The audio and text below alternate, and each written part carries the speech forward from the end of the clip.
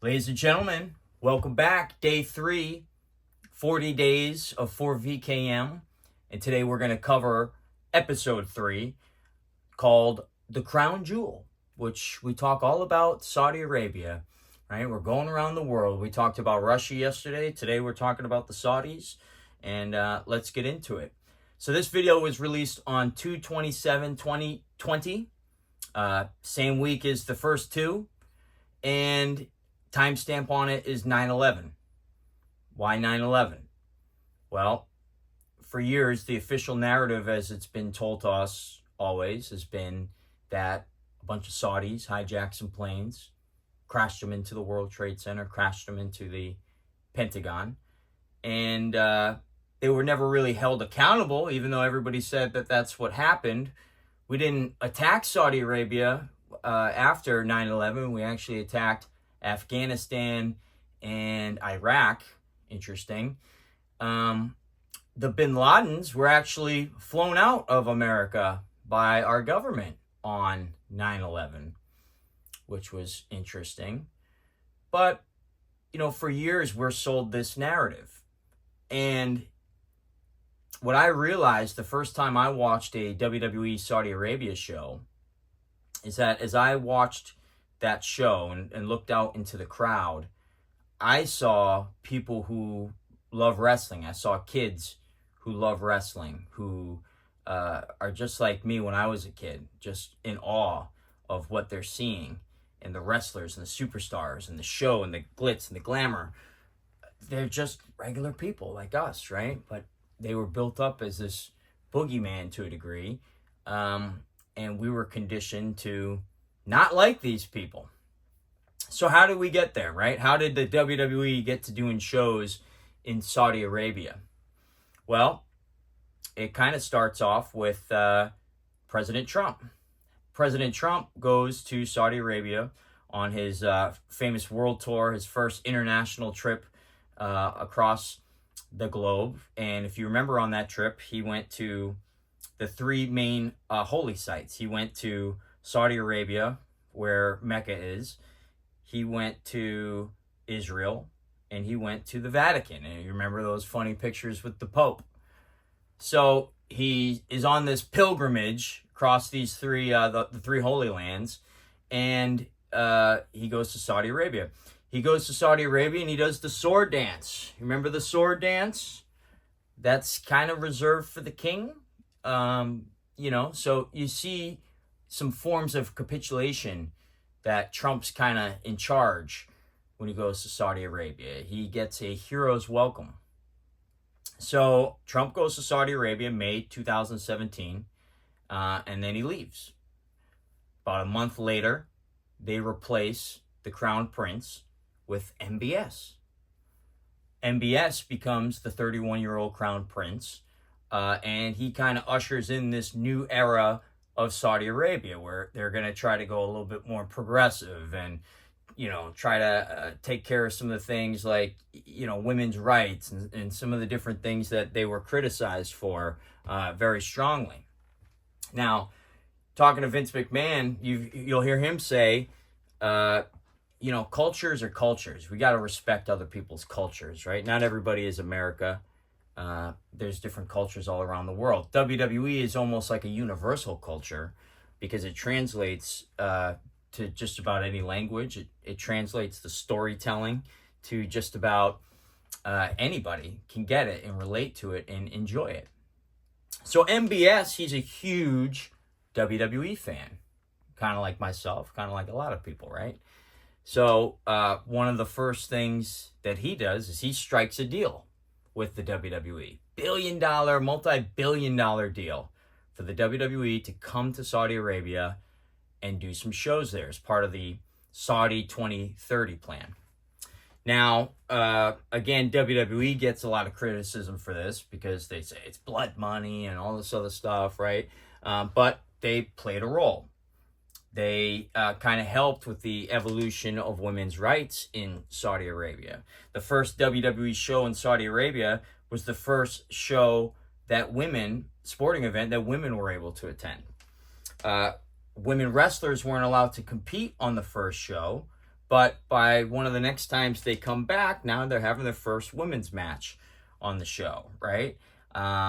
So then now it's a regular thing. Now they have multiple women matches on shows in Saudi Arabia, right? So they've kind of opened up the door culturally to a degree and helped out the people of Saudi Arabia in that way.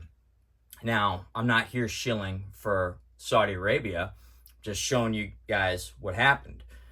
Now, a famous line is, I'm not saying SA is clean by any means, but they are an important piece in this global game of risk that's being played. I'm paraphrasing there, but you guys know what I'm talking about. So going back, President Trump, he goes to Saudi Arabia. He leaves Saudi Arabia. MBS becomes president. MBS cuts the deal with Vince. Billions and billions and billions of dollars. WWE stock goes through the roof. Vince gets even richer. Everybody's happy, except the fake news like John Oliver, who's very upset about WWE going to Saudi Arabia. Sorry, John. It's business, buddy. So you have the Saudis doing their thing. You have, right before a WWE Saudi show, the whole Khashoggi thing happens. Now, I'm not saying what happened to Khashoggi is good, or, I don't wish that on anybody. But I will say, I don't think he was the sweet little angel that everybody in the mainstream media made him out to be. And the only reason why I say that is because when you're hanging out with guys like Bill Gates and bin Talal, show me who your friends are, you'll show me who you are. That's all I'll say about that. So Khashoggi, that whole thing happens, and then the WWE gets a massive backlash about going to Saudi Arabia because it's right before this event that the Shogi thing happens.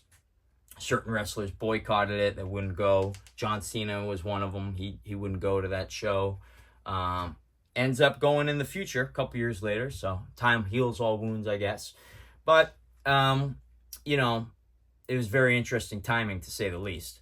Now, going back to what I mentioned about Khashoggi, he was cool with Bill Gates. He was cool with bin Talal. And did you know that Bill Gates and bin Talal were in business together? They owned, I believe it was 4 floors at the top of the Mandalay Bay. 45% each they owned. And that's where Stephen Paddock on October 1st, 2017, shot out that window and killed all those poor innocent people that were at the concert in Las Vegas. So other reports during that time is that MBS was in town that night. Some people think that it was a hit attempt on him that just went horrible. Regardless of it, we know what happened a month later. A month later, after that attack, the Saudi Purge happened, where there was a mass arrest of several Saudi princes, including bin Talal, who funded Obama, his Harvard program. He funded News Corp. He was an investor in a lot of big stuff going on here in America, especially Twitter at the time, very big in Twitter 1.0. So he gets put under house arrest. He gets shook down. And you have this whole purge of the Saudis happen. So, it gets very interesting how the WWE is kind of thrown into the mix of this here. You also have MBS and Jeff Bezos with a little bit of a rivalry there, where they say MBS sent Bezos a link and Bezos clicked on it and basically he got hacked. That information got to David Pecker of the National Enquirer, who then basically caused Bezos to get his divorce. And when you get divorced and you're the richest man in the world, you're probably going to lose richest man in the world status because you're getting cut in half. So Bezos lost his richest man in the world status as a result of all this. And you also had The Rock at the time, who was meeting with MBS, and everybody's favorite at CNN, Oliver Darcy, tries calling The Rock out and says, "Oh, look at The Rock hanging out with MBS. This aged time, horribly." So you have all of these Saudi WWE connections. They still have this relationship today. You could argue it's probably the strongest it's ever been. The WWE, they'll visit the military bases in Saudi Arabia when they go over there, visit our troops like they always do. You had Lacey Evans, who was the first woman to compete in Saudi Arabia. She was a former U.S. Marine. So to have her get that moment there was very big. You also had Zelina Vega later on. She goes on and she wins a Queen of the Ring tournament in Saudi Arabia. And the very interesting thing about Zelina is that she had lost her father on the September 11th attacks. So to have that kind of come full circle and her win there, it was like almost like the reversing of the curse, if you look at it. When the WWE goes to Saudi Arabia and they play the American national anthem, that to me is like a reversal of the curse to a degree, or a capitulation, whatever you want to call it. But at the end of the day, the Saudis play a very big role globally. We're seeing it here today with what they're doing now, decimating the petrodollar and, selling oil and all types of denominations where they used to just do it exclusively in US dollars. So a lot of stuff going on with the Saudis, a lot of stuff going on with Bezos. At the end of the video, you see Bezos talking about purchasing the WWE, a CNBC article basically saying that they predict that the WWE would be sold in 2023, which is exactly what ended up happening. They were sold in 2023 last year to Endeavor. It wasn't to Jeff Bezos. However, now Jeff Bezos is in the running, or Amazon's in the running, to acquire Monday Night Raw TV rights. And if I had to make a prediction, I think that's where Monday Night Raw is going to end up.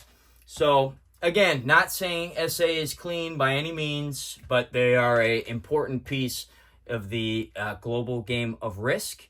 And if you ask me, it looks like they are squarely in the camp of President Donald J. Trump. So enjoy episode 3. It's a fun soundtrack, one of my favorite soundtracks. Got some good back channels, JFK meeting with the Saudis, some cool stuff there. And stay tuned as there's more of these Saudi connections. There's actually 3 of the Crown Jewel videos, and the story gets very, very interesting as we continue on. So enjoy the show. Make sure, again, subscribe to the 4VKM podcast at the link below. Check out episode 3, The Crown Jewel 4VKM, also at the link below on Rumble. And as always, enjoy the show. And we'll see you back here tomorrow for episode 4, talking about a pesky green frog.